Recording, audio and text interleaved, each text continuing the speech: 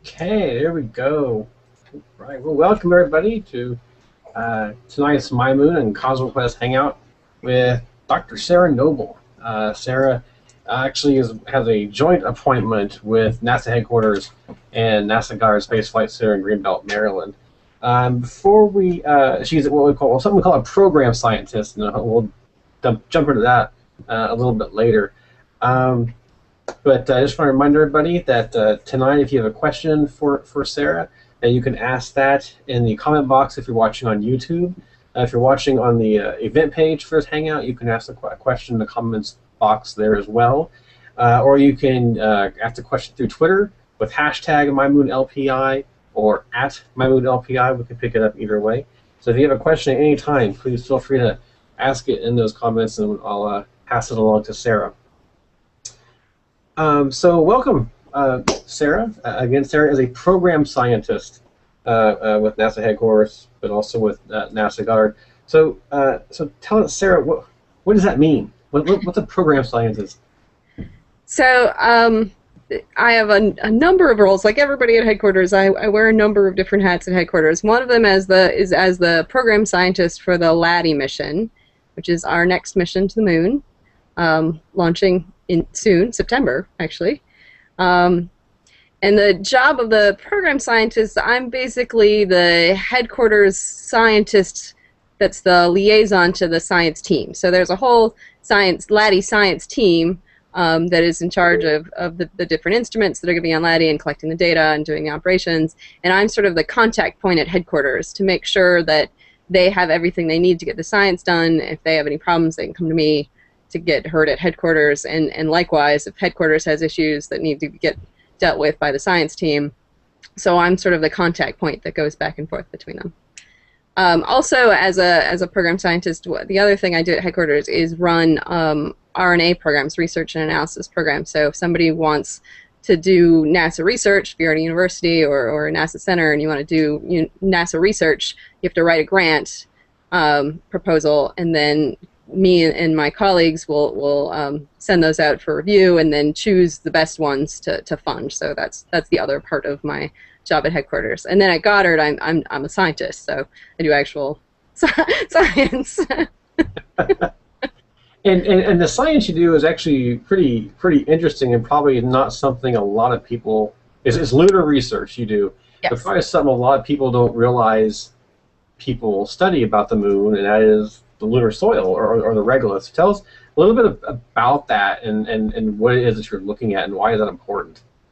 So yeah, people are always really surprised to hear that we're still looking at the Apollo samples. They think we sort of finished back in the 70s and put them away, but no, there are a lot of us that are still regularly studying the samples that the Apollo astronauts brought back, and the soil is kind of, to me, sort of the most interesting part of some of the stuff they brought back, because it sort of records the whole history of the moon inside these tiny little things, right? So the process I study is something called space weathering, which is what happens when you don't have an atmosphere to protect you. On the Earth, we're very lucky. We have a nice atmosphere that keeps away things like micrometeorites, right? You see meteorites come through the sky, they burn up, right? You see shooting stars, right? But on the moon, there's no atmosphere to burn them up, so everything hits down to like really tiny things, sub-microscopic things that you could only see with a microscope actually come in and hit, and they melt and vaporize tiny amounts of whatever they run into, and that does all sorts of strange things to the soil. So those are the processes I study, which actually turn out to be really important because they actually change the properties of the surface. So if you're looking at using remote sensing to look at the surface of the moon, mostly what you're looking at is soil, right? There are only a few places where there's rocks on the surface. Most of what we see at the surface is soil. And the soil doesn't look the same as the rocks, as it turns out, because of all of these things that have happened to it over the years. And so we want to understand the rocks that are at the surface, of course, right? So we understand what the moon is made of, but the soil has been changed. So what I did mostly is try to understand how those changes happen, how that soil evolves over time, so that we can work our way back to what the rocks looked like before they got messed up. and not to be picky or technical here, but soil is kind of a misnomer, though, right?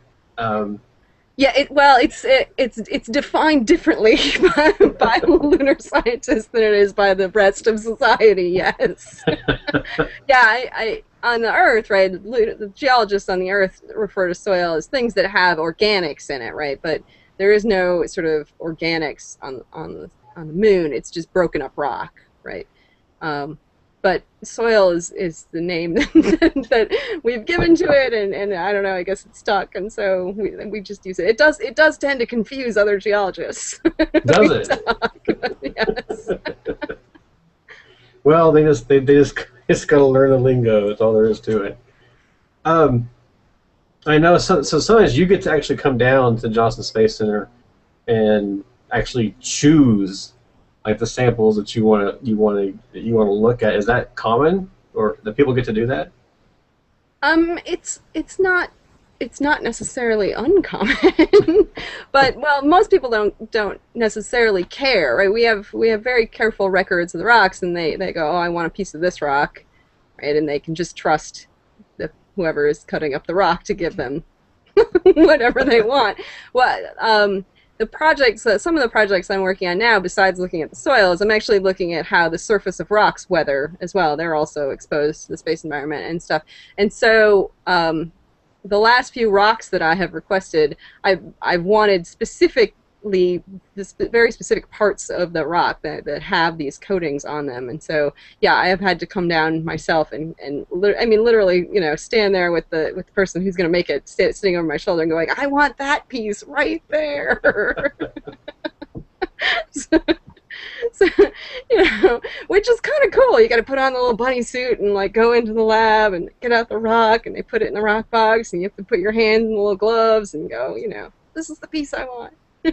Yeah, we have a picture of you in said bunny suit. If I'll bring that up real quick, if you don't mind. Sure. Give me a second. There it is.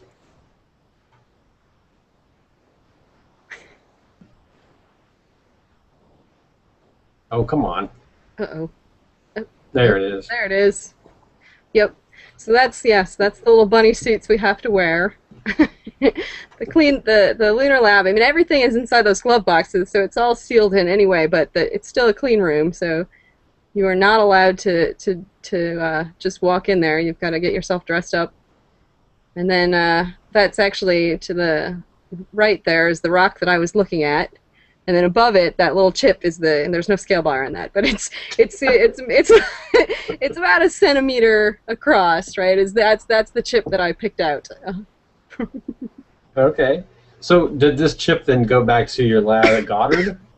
Nope, it actually stays down at JSC. That's not normally most researchers would bring it back to their home institution, but it just turns out that the microscope that I need to look at it with is actually at JSC. So I come down to JSC pretty regularly because they've got the best microscopes. Well, No good. bias or anything, but No, not at all, not at all. And you actually have spent some time in Houston before. You were an intern here at LPI. I know, right? A long time ago. So what'd you do here as an intern? So as an intern, I was looking at meteorites. I was looking at ordinary chondrites, right? And ordinary chondrites are the most common kind of meteorite we have, and they're made up of little things called chondrules, which are these little round balls. And I was actually looking for what came before them. So we were looking for something called chondrule precursor aggregates, which is what melts to form the little balls of chondrules. Wow. Okay. It So was cool. It was really, you could just tell people you were looking for CPAs, and then yeah, right. it would really confuse them.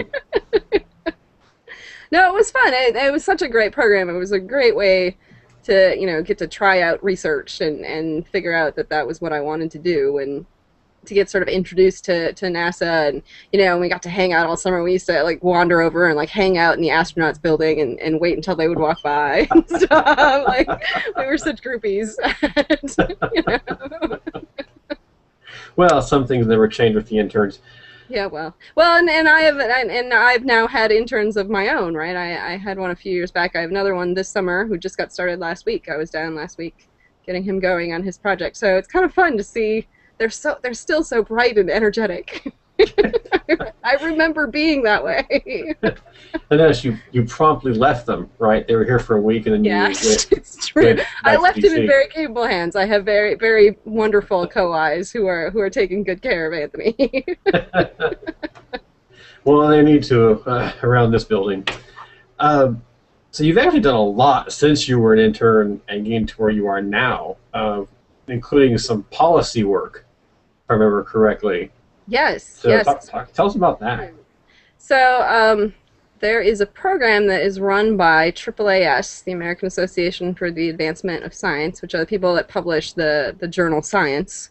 They run a program where they bring PhD scientists of all stripes, so everything from geology, physics, chemistry, engineering, soil science, you name it, optical science. There's all sorts of just about any category of science to DC for a year to work either on the Hill or in the State Department, or I mean, we've even had a couple here at NASA, NSF, NIH, all throughout government. And I worked on the Hill, so I worked for the House Science Committee. Actually, I worked for the committee staff for a year, which was really cool. So I basically, you come in, you're free labor to them, right? Um, and you get treated basically like any other staffer. So I was, a staff member on the Space and Aeronautics Subcommittee of the House Science Committee. I got to, write speeches. I got to write questions for hearings. I got to actually help write a piece of legislation. There was a bill that year. It was 2005. It was the NASA Authorization Act of 2005, which is a major piece of space legislation, and I actually got to write parts of it. Oh, very nice. Very Yes. cool. Um, we have a question that came in, and this is actually a really great question because if you count headquarters, you've actually worked at 4 different NASA centers: Yes. JSC, Marshall, Goddard, and headquarters. So the question from Nick asked, "What's the NASA life like in DC/Maryland versus elsewhere? How's living there in general?"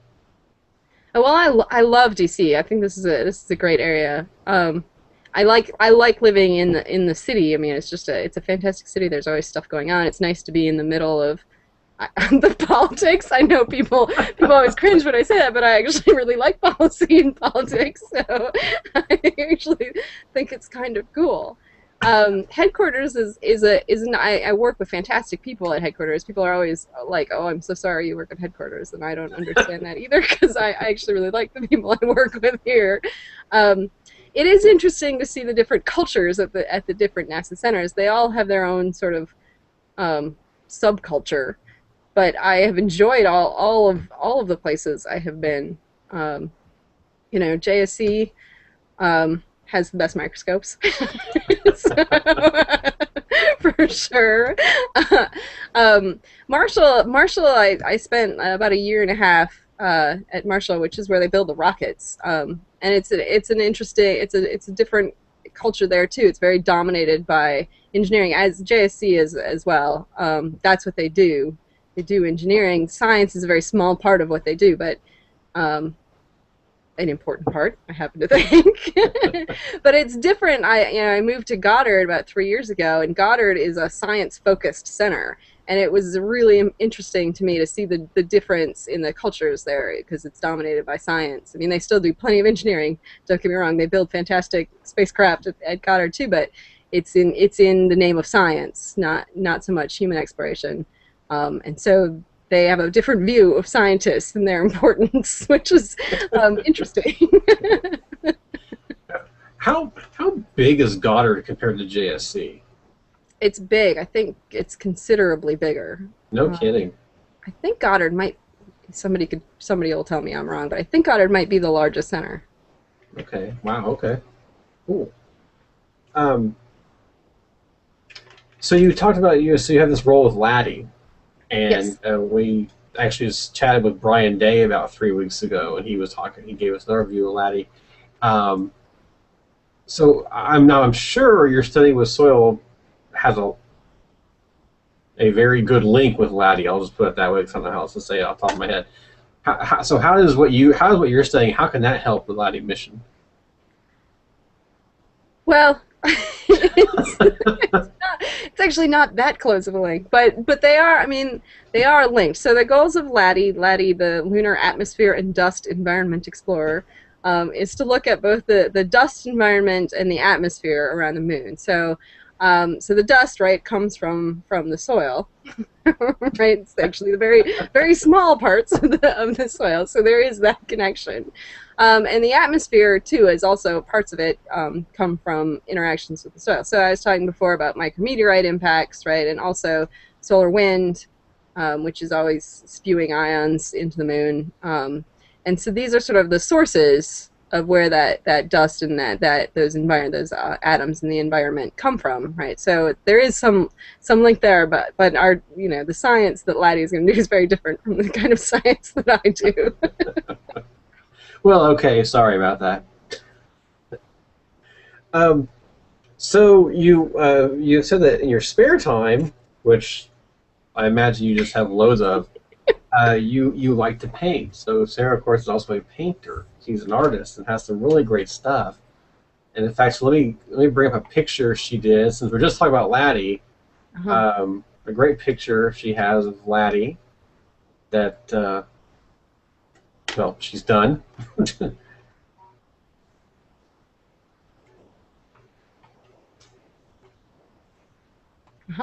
There it is. There it is. Yep. Actually, just finished that yesterday. Oh, no kidding. Yep. Oh, yeah, it says Sarah Noble 13. Yes, well. That doesn't mean your age, obviously. No, it's not my age. So is this something that you just did for fun? Is it somebody asked you to do this? No, I've just been giving LADEE a lot of thought lately, and so turns out whatever I'm thinking about tends to spill over into what I paint about. How about that? Well, it's a great picture. Is there this almost kind of looks like, I don't know if it's a logo or what it is, but there's a LADEE graphic I've seen that looks similar to this. Is that kind of based off of that, or is this just your own?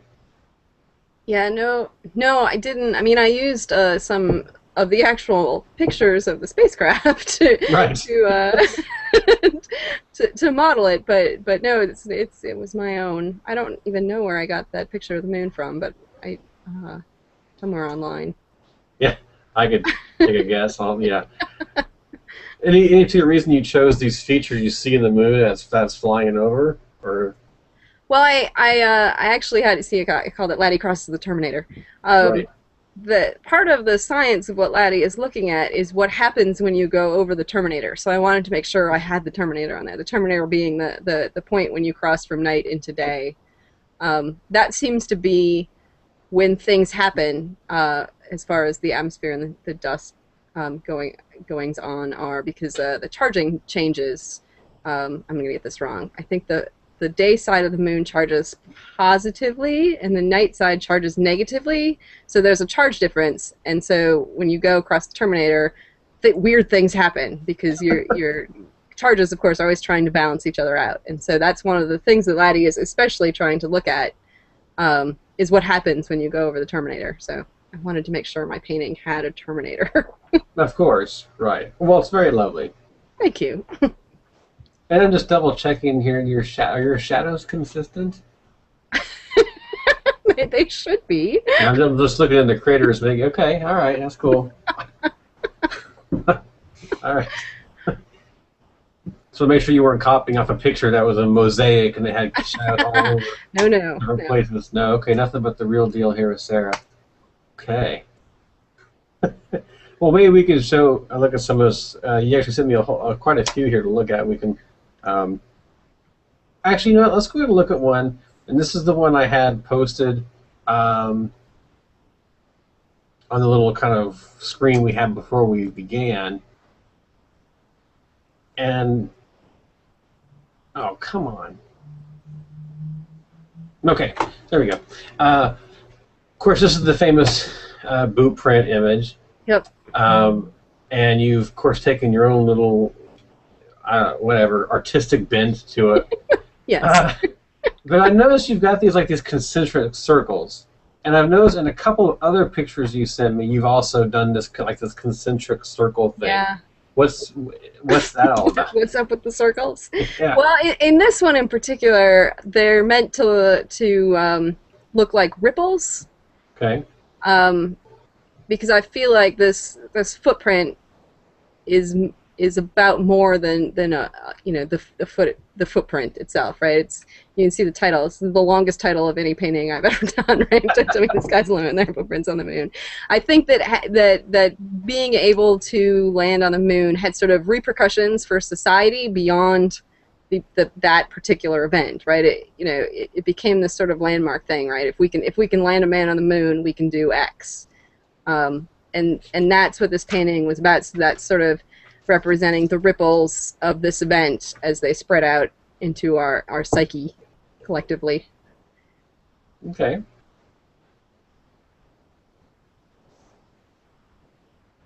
Or just trying to remind everybody, if you want to, or if you got a question for Sarah, we'd love to hear it.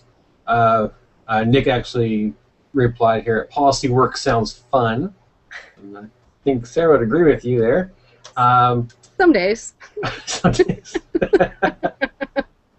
But if you want to ask Sarah a question, you can do so if you're watching through YouTube in the comments section. If you're watching on the Google event page for this Hangout, you can ask a question in the comments there. Or you can use Twitter, hashtag MyMoonLPI, or at MyMoonLPI, and we'll get those sent off. The aggregator does take a minute or so to get the question on the page we're looking at, so I apologize if I don't get to it right away. It just doesn't show up right away, unfortunately. So there's been this thing in the past 4 or 5 years called the NASA Lunar Science Institute, which is more or less wrapped up. I think there might be... okay, something's weird going on.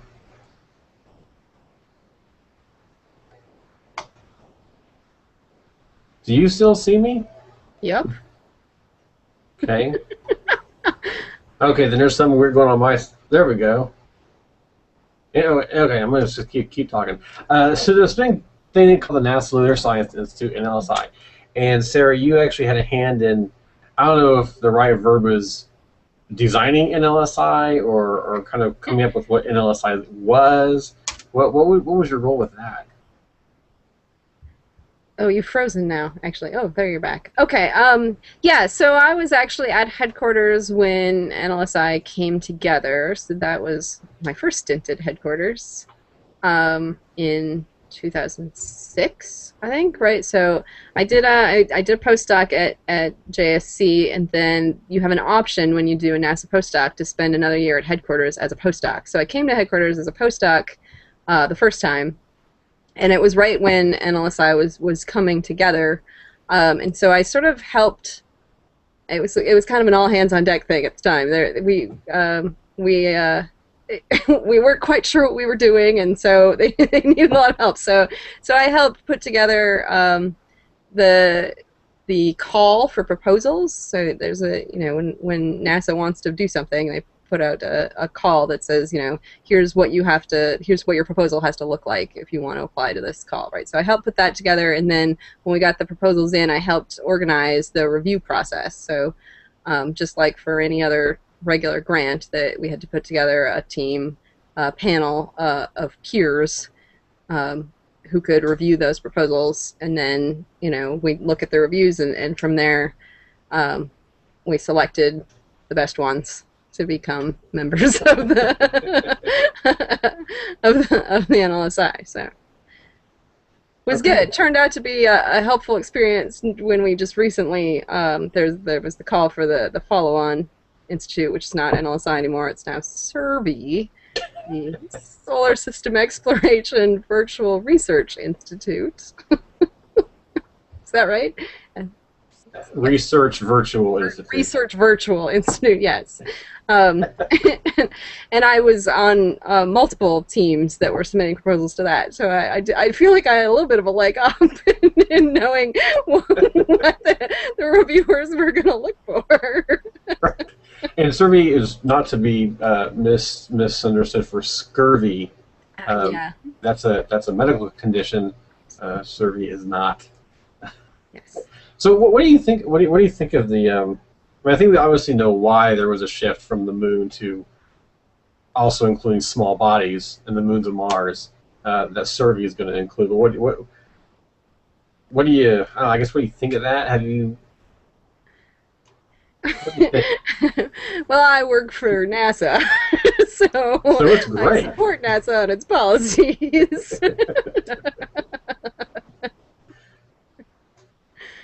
I mean, the truth is that there are other options for places we can send humans, right? And that's what survey is intended to look at, all the places where humans might go, right? So not just the moon, but near Earth asteroids, and even the moons of Mars were included in the call as places that might be considered for our next destinations. And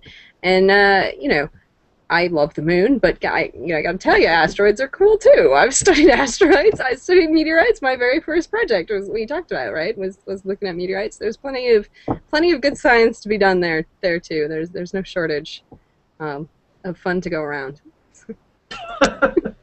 No shortage of fun, but there are shortages of funds. Yes, this is true. Because that wasn't a predictable statement.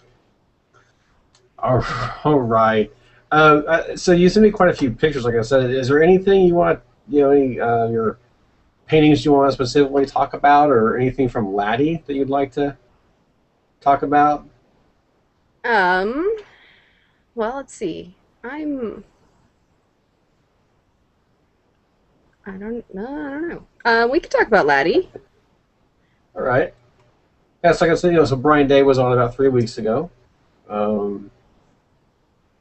Gave us an overview of it, or overview of the mission. But I see you got some pretty cool pictures that Brian didn't have. Uh-huh. So yeah, let's take a look at this one. This looks like some engineers installing something on the spacecraft. Yeah, this is what LADEE looks like naked without its solar panels on. Oh my. Very cute. So you can see that she's actually pretty small. She's like about the size of her refrigerator, a little bigger than her refrigerator. And she's designed to have solar panels on all sides, actually, intentionally, so that she can never be facing the wrong way. No matter what direction she's facing, she's always getting power, right? So, so even if she's tumbling through space, at least she'll have power. Uncontrollably tumbling through through cislunar space. Yeah. That's good. That's a comforting thought. So here's another one. Yeah, so they're I'm not sure exactly what they're installing at that. Looks like it might be one of the instruments, actually. So LADEE was built at Ames, which is a rare thing. They don't build a lot of spacecraft at Ames, and they did a fantastic job. The bus there, the metal framework that they're using, is actually something they designed at Ames to be reusable for different kinds of missions. So you can use those different parts. You can sort of mix and match. You can see 3 segments plus that top cap, but you can use just 2 segments and then add feet if you want to do a lander. You can sort of configure it in different ways depending on what you're custom build a mission from the parts off the shelf. Oh, so a flexible spacecraft for a flexible path. Exactly. Very good. All right. So here they've got these bunny suits on too, but they're a bit more serious because they've got like this whole headgear on and the mask. And it's interesting. I know when they build Mars spacecraft, they wear this kind of thing, and they have certain cleanliness, clean room levels. But that's going down to the surface of the planet that could be potentially habitable, or some would argue is habitable.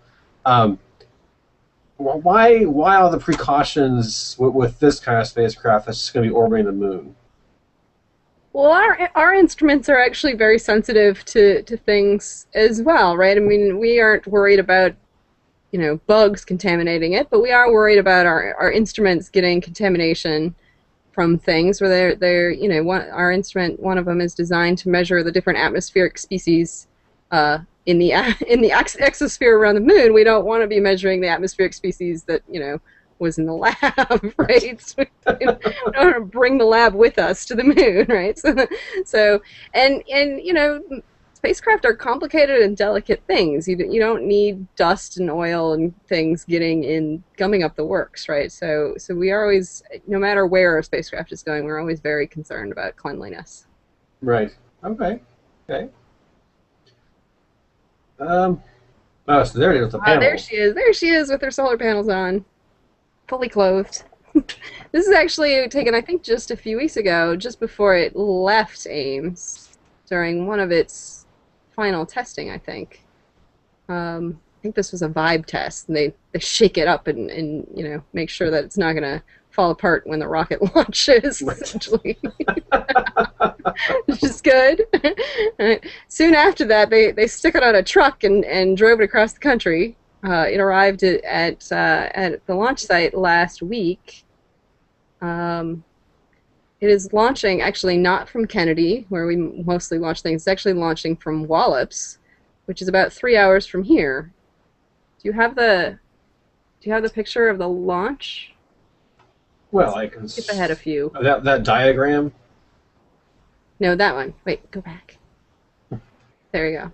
So here's what it's launching on. It's actually launching on something called a Minotaur 5, which is a converted peacekeeper. It's an intercontinental ballistic missile that they took the warhead off and they put my spacecraft on instead, which I think is a fantastic use of our leftover intercontinental ballistic missiles.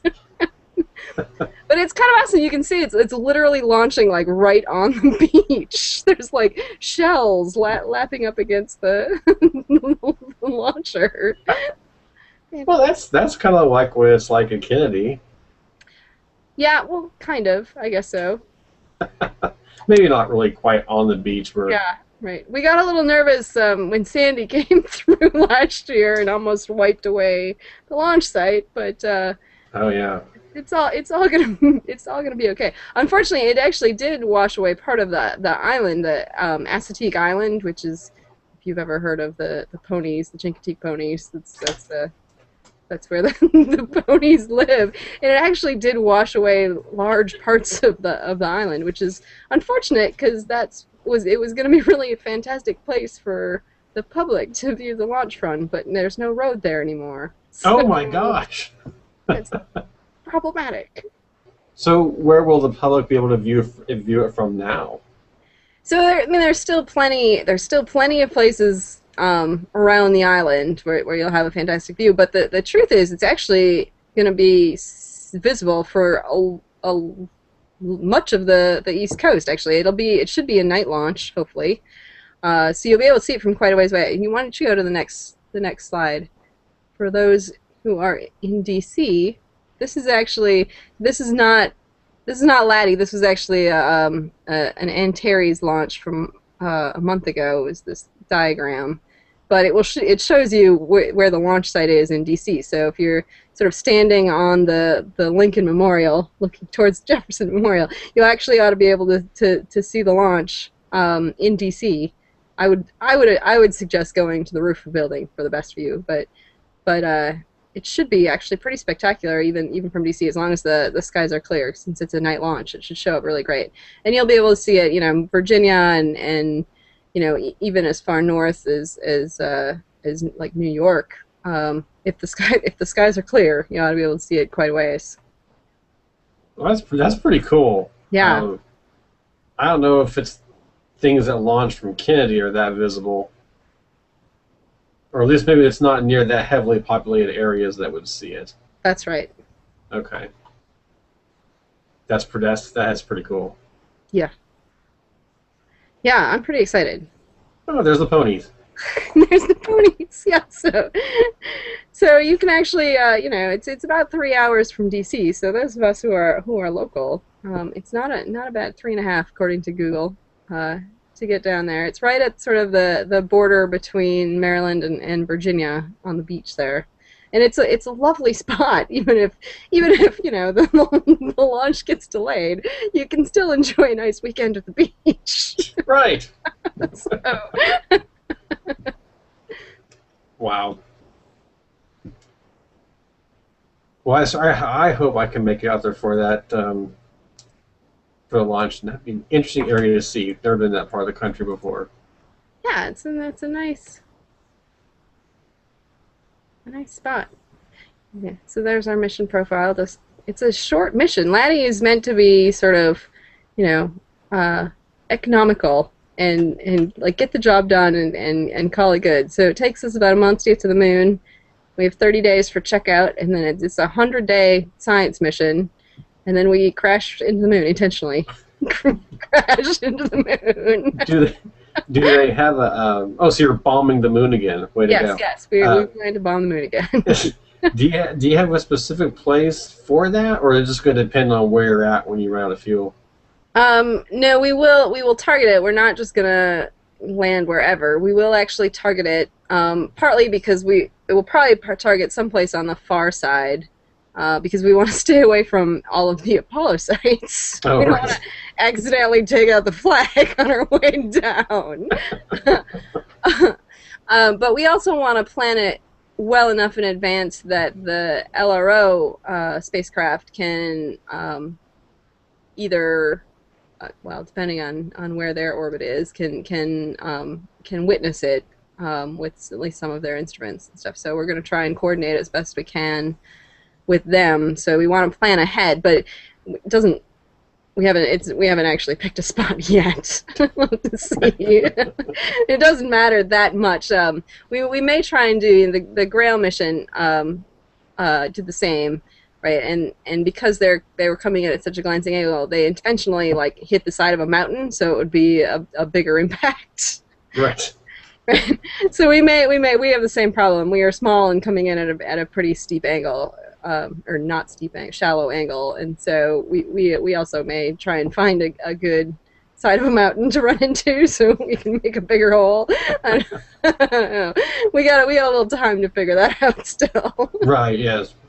What does this mean at equatorial or retrograde? Does that mean it orbits opposite the direction the moon spins? Yes, that's right. Okay. So you can see the little arrows on my diagram that LADEE is actually going clockwise around the moon, but the moon spins, as does the Earth, counterclockwise. So we're actually going backwards around the moon, and we're going at the equator, which is interesting. You very rarely see spacecraft do that because if you're trying to map the moon, right, like LRO, you want to go around the pole so that you cover the entire moon, right? As Right. it spins under you, you cover the whole moon, right? If you're circling at the equator, you're only ever going to see the equator underneath you, right? So most missions would want to see the whole planet, and we don't much care that much. We actually, again, want to cross the terminator as many times as we can. So we're happy with the equatorial orbit. Sure, that makes plenty of sense. All right, great. Well, let's go ahead and stop that. So I guess what we'll do is see if anybody else has any questions come across. Again, I'm sorry if you've asked one relatively recently. I'm still waiting for the aggregator to catch up and actually give me your question. But in the meantime, Sarah, if you could think about, I'll give you a couple minutes here to kind of think about what's kind of like your parting shots. What would you want people to know or maybe think about in terms of LADEE or the moon or any kind of that stuff? So just think about that. I'll kind of give some closing remarks here and see if any other questions come in, and then we'll let you end it with your parting shot. So just take a few minutes. So we'll just thank everybody for joining us this evening. The next MyMoon CosmoQuest webcast, to be honest, I'm not sure when it's going to be. We will, I'm sure, have another one. We just haven't gotten around to scheduling them yet. Been kind of crazy around here. But keep watching MyMoon. Keep watching the Google Plus account for MyMoon and the website. And we'll keep you up to date. In the meantime, you can go to the the MyMoon homepage, mymoonspace.com, and check out the archive of all the webcasts that we've done. Or you can go to the MyMoon YouTube channel, and you can see the webcasts, at least the ones that we've been doing with CosmoQuest the past few months. You can see the recordings of those. I believe the next CosmoQuest Hangout, I think they have one between now and the end of the week, but I'm not too sure. I didn't see it on their event page, but what I did see is that they're having a 24-hour Hangout-a-thon starting June 15th, so this Saturday at 11 a.m. Central. They're going to be having Hangouts 24 hours a day, for 24 hours, maybe even longer. So check out CosmoQuest, check out their Google Plus page for more info on that. See the different topics that are going to be. There's going to be some panels, I believe, discussion panels, and all kinds of Hangout goodness.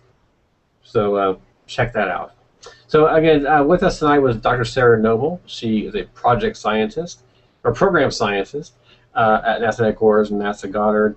She's a LADEE scientist at mission program scientist, I think is what that was. I am the program scientist, yes. All right. For LADEE mission. She's also an artist. She's done quite a few different works. So you can check her out. If you want to follow her on Twitter, it's at Interplanet Sarah, but I'll let you spell that, Sarah. INTRPLNETSARAH. Oh, okay, so it wasn't that complicated. So Interplanet Sarah, you can follow her on Twitter, and I think she has a website too. You can go check out her art on there as well. All right, Sarah, I'm going to let you have this last little bit here. What would you like to leave people with this evening? Well, I'd like to thank everybody for coming and listening to us chat. And I'd like to remind everybody that LADEE is launching soon, September 5th, or possibly 6th. at about 10:30 at night, and you can go to moon.nasa.gov and find out all about LADEE and the latest information on its launch, and where various launch parties are happening, and how you can get involved in the mission. And you can also learn a ton of other stuff about the moon. It's your one-stop shop for moon, moon.nasa.gov.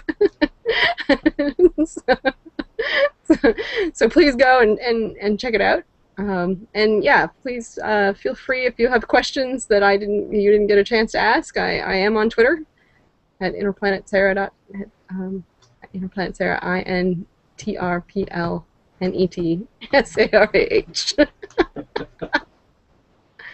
All right. Well, thank you, Sarah, and thank you all again for being with us this evening. And like I said, just keep watching the MyMoon site, mymoonspace.com, and the MyMoon Google Plus page. We'll keep you up to date on our future webcasts with CosmoQuest. So, good night, everybody. Thanks for joining us.